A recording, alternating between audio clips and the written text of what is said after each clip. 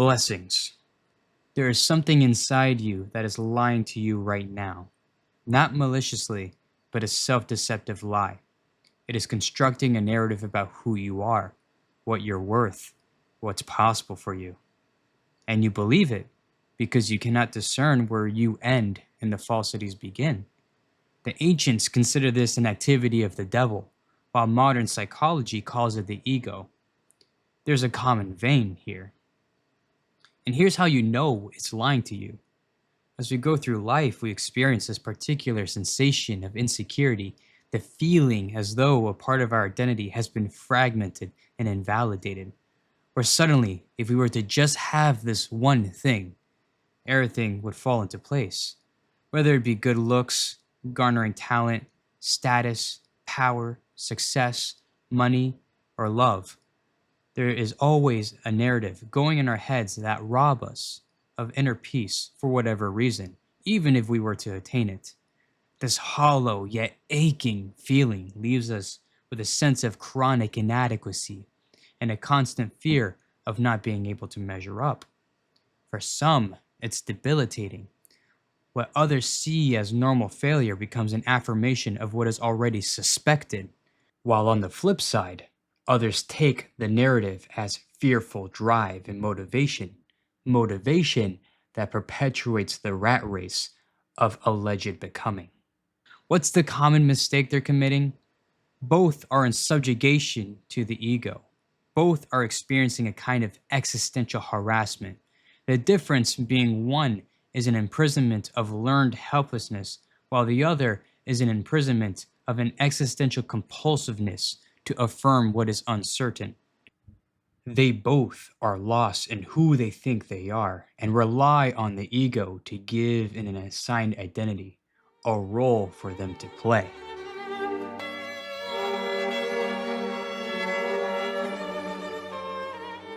So, what is the ego? While, of course, this comes in many different interpretations, I elect to take the general psychological understanding, but with a twist. The ego is the sense of self, an understanding of the self based on raw experiences filtered from consciousness into a coherent narrative. The twist in question comes in the nature of the ego. The ego is meant to narrativize and give a sense of self, a type of role to play in our own lives. However, the ego has a mind of its own. It is as though it has its own priorities of self-preservation and a propensity to project and perpetuate beliefs onto the self that are self-sabotaging. This practice is done in service of delaying inner work, a prevention of tackling our real underlying issues. This is similar to the role of the devil. If it were a Spider-Man villain, the ego would be Mysterio. The power comes from the potency of narrative construction and convincing self-delusion.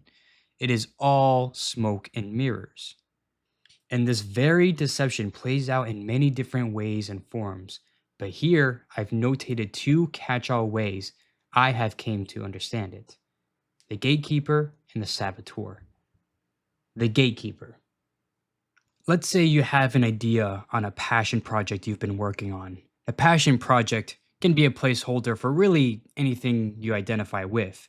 But for the sake of an example, let's say it's music.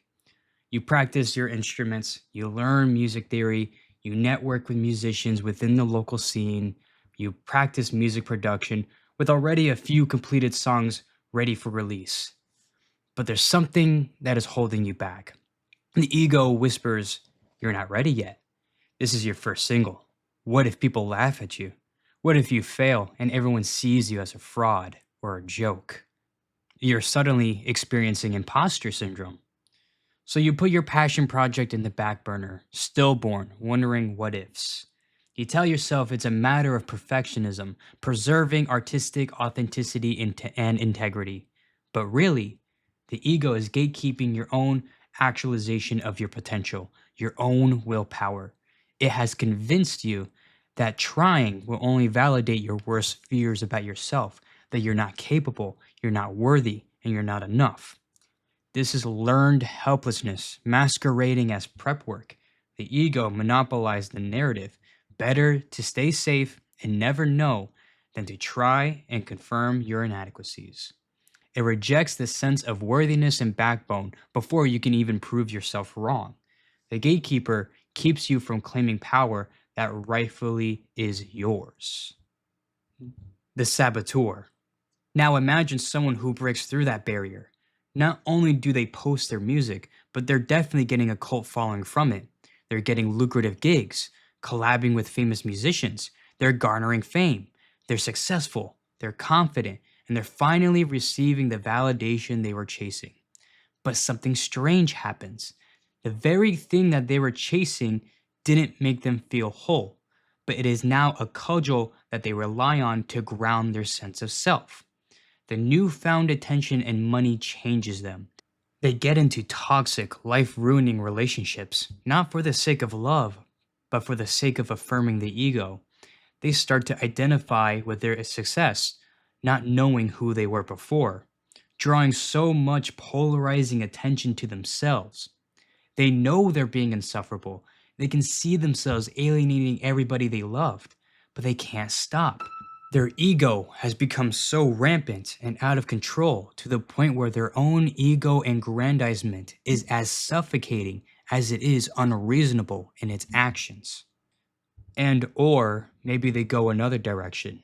Instead of being destructive, they may participate in debauchery, massive spending, partying, doing drugs, maximizing stimulation to avoid the quiet moments where they have to sit with themselves and wonder about the person they've become. The success they wanted is right there, but instead of building on it, they let it hollow their soul. I believe I should clarify here that the framing I provided is meant to serve as a bit of useful fiction. Of course, the ego is not literally the devil, it's the ego.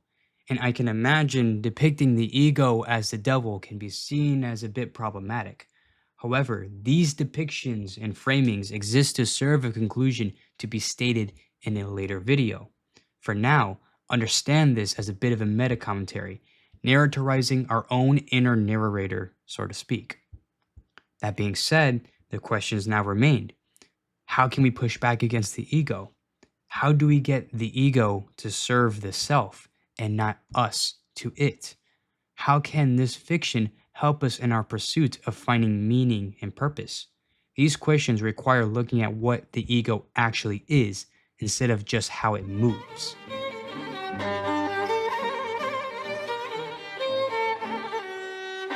Allow me to hold your hand when I say this. I do want to state that the topics further discussed in this video will be heading towards an uncomfortable territory as we will be deconstructing identity. If you are not in a mentally fine state of mind to go through with this, then I recommend you watch my other videos until you feel ready to learn more. You have been thoroughly advised. Recall the understood wisdom, you are what you feed your mind. This is the same wisdom Bruce Lee espouses regarding self-deprecation, even in jest. The point of the wisdom is to suggest that even in irony, what you say out loud is a tacit affirmation of the self in some form. This is the kind of healing already understood in both spiritual and psychological traditions, with one being called mantras and the other being called cognitive behavioral therapy. Both traditions are insinuating a shared subtext. All understandings are referential to something hidden in the subconscious, all of which coming with consequences. I want you to keep this diagram in mind real quick as I explain further. Personally, I describe spirituality as the study of inner transformation, where in scientific studies, we examine from the outside looking in, with controlled variables removing the noise from research, from which we capture a reaction with the tested subject to conclude findings. It is the external observer looking in. With spirituality, it is the opposite. It is the internal observer looking outward. Mystic traditions aim to capture wisdoms garnered from inner changes in relation to how it radically shifts our perception with reality. Just as scientific practice presumes a relationship as expressed through XY coordinates, aka if X, then Y, the mystic tradition presumes a similar thing. It presumes a relationship between the inner self identity and the external raw reality. This is, in essence, my understanding of the Hermetic principle of correspondence. I understand I may seem like I'm talking spiritual nonsense, but what if I told you that this interpretation of the Hermetic correspondence heavily overlaps with how the ego functions? Both serve to observe raw, unadulterated reality, filter that experience so that it is consciously coherent and digestible, then imprint that narrative onto our self's identity from said perceived reality. The problem lies as such. We instinctually presume that our consciousness, what identity the ego has constructed for us, is inherently correct because we conflate its own coherence as corroborating evidence with reality. It is a metaphysical assumption of truth having some nature to coherency. It is the ego denying the higher self a better understanding of said self by insisting that that's all there is to it, that it is correct by default, and that the patterns made is not just a narrative, but maps onto an objective metaphysical reality. The gatekeeping, the sabotaging, it is friction. It is as if you are hitting a wall of an ego constructed simulacra. Any further prodding runs the risk of deviating from the script, undergoing a soft ego death while simultaneously practicing self discovery, actualization, and control over your fate. But this practice can only occur once we permit ourselves into thinking that the ego is possibly wrong. I think I do want to emphasize right now that the ego does indeed have a capacity to encounter some true sense of the self, because fundamentally, we take faith in the idea that truth is coherent. Keep note, and I want to emphasize, this very metaphysical assumption is built into the structure of not only ego identity, but consciousness in its totality. It is quite literally impossible to believe otherwise, and genuine attempts to do so runs the risk of a fractured identity and incurring mental illnesses like delusions, schizophrenia, and psychosis, or worse, postmodern philosophy. However, the question must now be asked. How do we know if the narratives we identify with are a construction of an ego or hitting on some kind of truth? While I cannot give an ironclad answer, the rules of thumb I will provide will be stated in a later part of the video. But for now, consider that this conundrum gives us the responsibility to sift through which parts of our identity are correct and which aren't, which parts of the self are subjected to fluidity, open to change, and which are fundamental fixtures of the self, all the while keeping in mind that our identity constructions are likely wrong, and that the curse of the human condition is to perpetually test these presumptions by undergoing uncomfortable life experiences. But it is these very life experiences that are necessary as a means to align self identity to what is true and to be a designer of your own path. While indeed, at the end of the day, I am relying on interpreting truth as having a capturable coherency, but considering how it is literally impossible for me to think otherwise without going insane and being illogical, I'd argue it's barely a leap of faith. A leap of faith regardless, but one I am willing to take. I am indeed not immune to propaganda, but I do have to give the devil its due by acknowledging when it is right. Neglecting this point leaves us with no identity to claim as our own.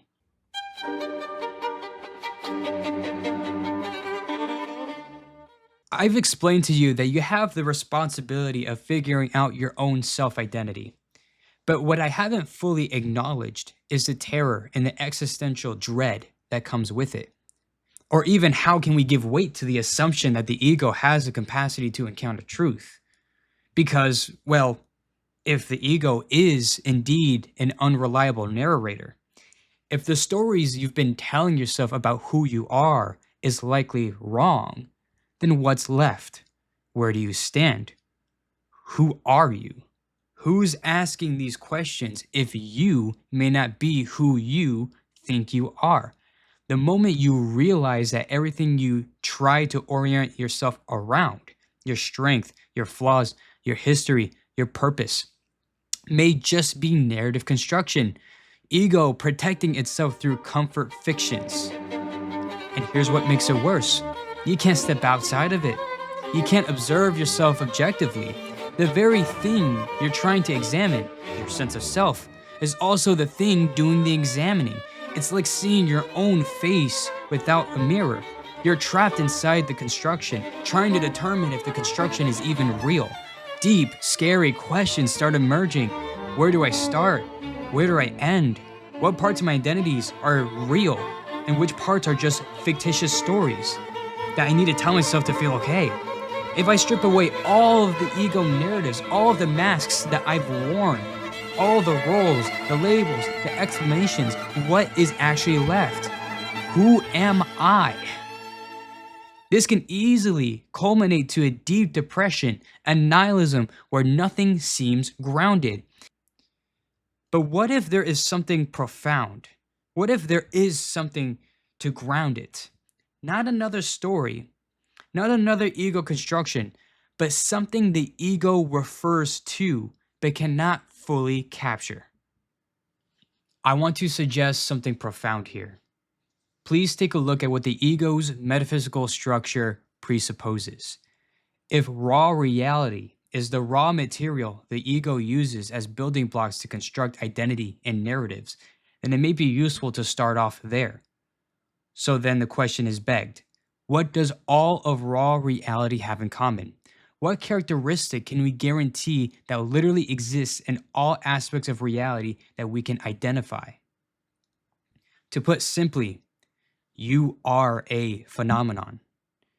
While I say it as a compliment, I mean it in the most descriptive way possible. You are not what you think, you are not what you feel, you are not what you do, you are not your habits. You are something profound. Just as raw reality cannot be captured, so can't you. Just as raw reality is absolutely real because we experience it as such, so are you. The totality of what you can comprehend of yourself, including incorrect ones, are expressions, pale imitations of what is indescribably profound and uniquely you. No text will ever fully capture the subtext of what is entirely you. While we can put a name to a face or write stacks of autobiographies and memoirs that go into excruciating detail of a timeline of your experiences, while we can even copy memories in your consciousness onto a computer, those things are a derivative, a pale imitation that refers to something ineffable. That is you. While there occupies something of the self that is uncapturable, there also occupies a part of the self that has the utter compulsion to comprehend the incomprehensible. This compulsion, call it metaphysical or existential or biological or psychological or whatever, but what stands is that there is indeed a deep need, a yearning to know, to learn, label, categorize, organize, describe, and understand the self and reality, to capture what is ineffable. There is an utter realness to what is profound within existence that compels and demands acknowledgement and personal knowing, despite never being fully able to capture it. Just as scientists seek to know the unknowable through their research, just as artists seek to capture the essence of what provokes within their inner onto their work, just as athletes seek to embody from themselves to push the limits of what the human body can do, just as how I am personally motivated in making these videos and promoting my ideas, just as how you are in searching and seeking your identity, we are all doing the same thing. It's capturing the phenomenon. All knowledge, all that we know, all that we understand, all that we can describe, it is all referential. It refers to the subtext of something ineffable but undeniably real. It is, to me, the practice where we can find meaning.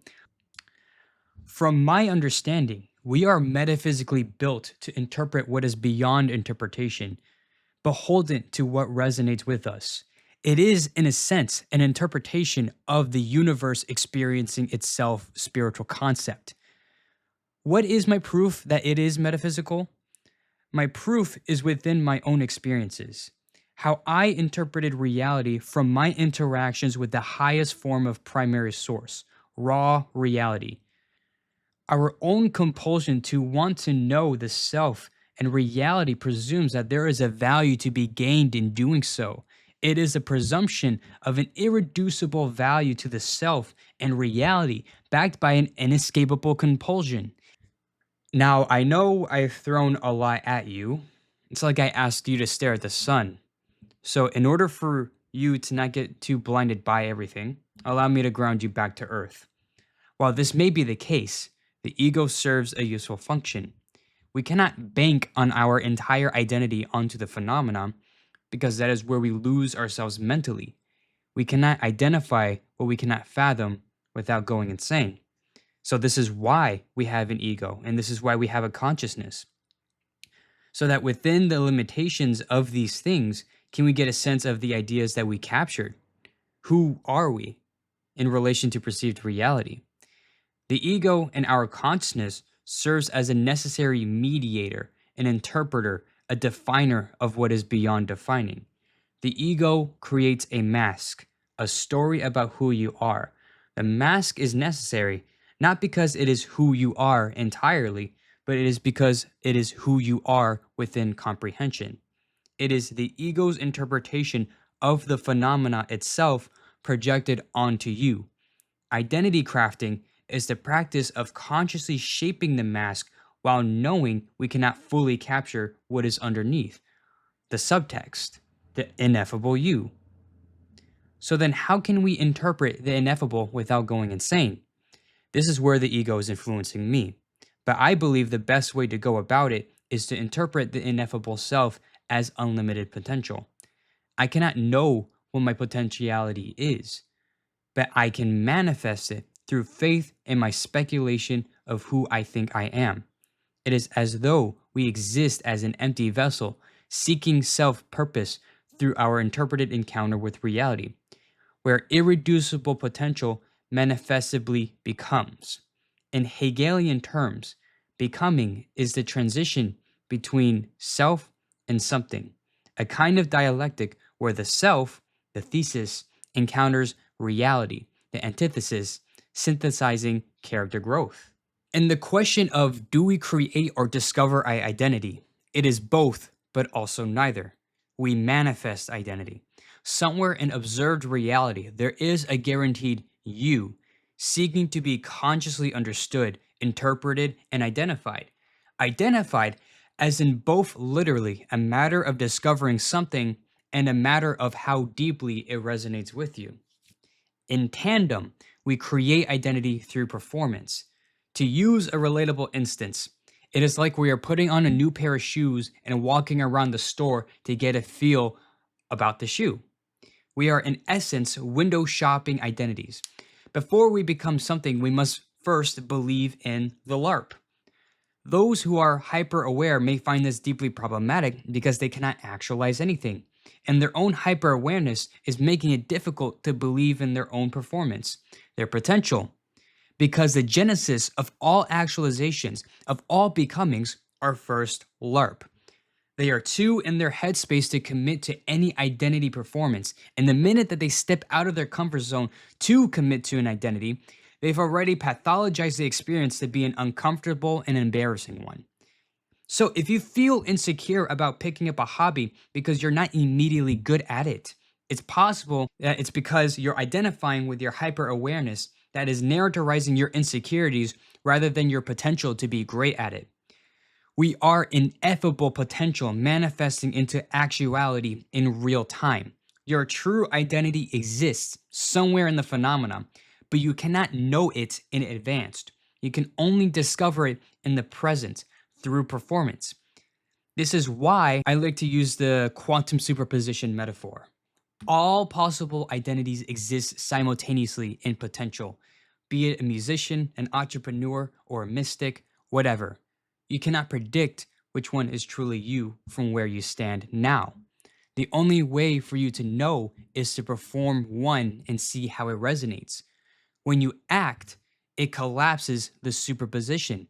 The potential identities no longer become potential. The identity that feels true when embodied, the one that deeply resonates with you when you perform, that is what you become. That is your actual.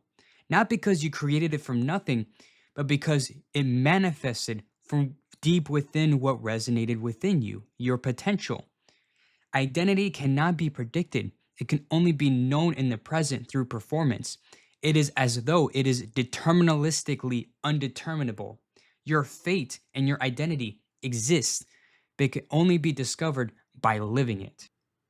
To call back to fixtures and fluidity in identity, balance is essential but elusive. Too much fluidity creates unassuredness, a lack of self knowing about who you are and what you want and what you stand for. This maps on with the gatekeeper, rejecting risks and refusing the possibility of being wrong. Too much fixture creates arrogance, a rigid ego that crashes out when challenged. This maps onto the saboteur, an identity hijacked by the ego, higher self in the ego competing rather than cooperating. Reality testing reveals what you're facing. Can your identity withstand reality in a healthy manner? Or do you feel misaligned? Discomfort and hesitation often mark something worth pursuing. The gatekeeper suppresses yearning with learned helplessness, and a saboteur drowns signal with self aggrandizing noise. Both require a soft ego death, the wrestling of preconceived narratives against encountered reality. The death occurs when reality proves more compelling than the story. This demands existential discomfort, not to serve as a full ego death, but a crisis nonetheless. The gatekeeper needs reality encounters. The saboteur needs external authority, virtues that exist independently from ego narrative. Without externalized ontological grounding, virtue becomes no more than PR tools instead of ego checks. How we choose to ground them is a matter of personal philosophy, but the point is that we must presume an external nature to these virtues, or the ego will supersede over altruistic self-sacrificial acts. This point will be elaborated in a future video. Ego death reveals free will most clearly, the conscious choice of letting go. More encounters mean more opportunities to discover the true self. More virtue practices means clearer signals between the self-serving self, the ego self, and the idealized self. Free will exists within determinism in choosing either to accept ego-assigned identity or reconstruct one that resonates and aligns with reality.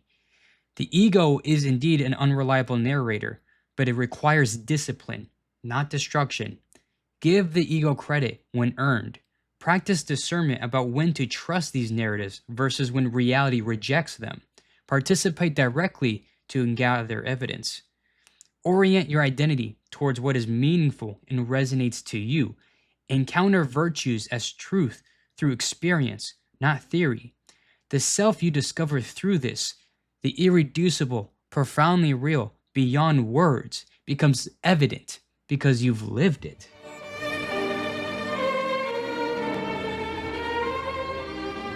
To keep up with the comics allegories, while I did say the ego operates like Mysterio in a narrative sense, I think the mask from The Mask does a better job embodying the ego in relation to the self, in terms of its role. And the reason why is twofold. The first one is that the identity crafting narratives require committed faith or belief. In order for the effects of the identity to be fully actualized, it requires a kind of possession of the self, to give in to the performance or the mask, to give in to the LARP, to presume that the devil may be right in this particular instance. In a sense, it is relinquishing some free will in exchange of performing meaning or a role. As I said before, this is deeply problematic for those who are hyper aware because they identify more with their stagnation because it is familiar, it is authentically real. It is what they can see, they can witness. It is as if they are being skeptical of their own potential and inner transformation, as if they are being an atheist of their own becoming. I hope you can see the irony of the hyper-awareness with deception at play when I describe this. This point will be addressed in a future video. The second one is within the ego itself. The ego provides an immense sense of power. Through narratives, it inspires sacrifice onto martyrdom, bravery, and the indomitable human spirit. But also with that same power comes with corruption, ruthlessness, and pride. The power is real insofar as it aligns with the narrativized metaphorical script, how deeply it resonates with our identity, and how deeply we believe it maps on with reality. Within everyone, there is a capacity to be good or evil. Power resides in both extremities through performance. But in order for us to maximize good and minimize evil, a practice of what I call ego vigilance is in order. Not only must we presume that the ego is possibly wrong, but we must be cognizant, vigilant of the metacognition of how the ego self deceives, all the while practicing discretionary faith in that very mask that ensures the higher self to have power and that is aligned with what is morally good. While indeed the practice of taking faith in ego's power while being skeptical of its narrative is an impossible practice, it is at its design to be oxymoronic. It is not meant to be practiced in moderation at all times. It is meant for us to discern, for us to decide when it is appropriate for us to go all in on a performance and when to be wary of it. While I am personally out of practice in terms of discerning when to give in and when to be skeptical, I can provide a rule of thumb backed by psychology that can help with this judgment call. Test the fruits of your identity narrative. Does it produce integration within your own life or fragmentation? Has there been inner growth or stagnation? Has there been any openness to reality or defensiveness against it? The fruits reveal over time whether your ego narrative corresponds with genuine insight or comfortable fiction. This takes patience and testing the heuristic onto reality yourself. You cannot judge immediately, but the pattern will eventually become clear. Error sensitivity. Can it be falsified? Intersubjective convergence. Can it be backed up by similar patterns found in reality? Is there a cross-cultural agreement? Has independent practitioners come to the same idea? The gatekeeper and the saboteur demonstrates a failure in these checks. The gatekeeper gives unfalsifiable claims of the current narrative, while the saboteur undermines constructions of better narratives through noise and shallow distractions. Both prevent genuine encounters from transforming you. At the end of it all, be sure to meditate on this.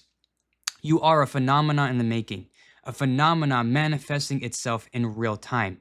The ego creates a mask, but a necessary one to allow yourself to interpret what that phenomena necessitates, what that phenomena is. Take notice of the metacognition the ego does when crafting identity. Take on the practice of identity crafting yourself, of taking shape of that mask consciously. Test heuristics and narratives against reality. Check if the interpretation is convenient to the ego or if it maps on with reality. See what makes you recoil, what makes you uncomfortable, as there may be something within the ego that is resisting. See if there is a framing of failure and refining it accordingly. These things are important to consider in order to have a healthy sense of self. To clarify, I am speaking from philosophical inquiry and personal practice. I am not a clinical expertise. Test these ideas yourself and keep what works as we encounter the phenomena. If you're interested in this type of content, I recommend leaving a like for the algorithm, as it really helps this channel. If you're someone that takes an interest in deep thought, a seeker of meaning, I suggest subscribing as more content like this are on the horizon. Also, please follow me on Twitter, TikTok, Instagram, Substack, and Medium for more updates. I also have a blog site and a book coming into the future. All links are in the description. That being said, I am Marshall the Mystic. Thank you for watching, and blessings on your journey.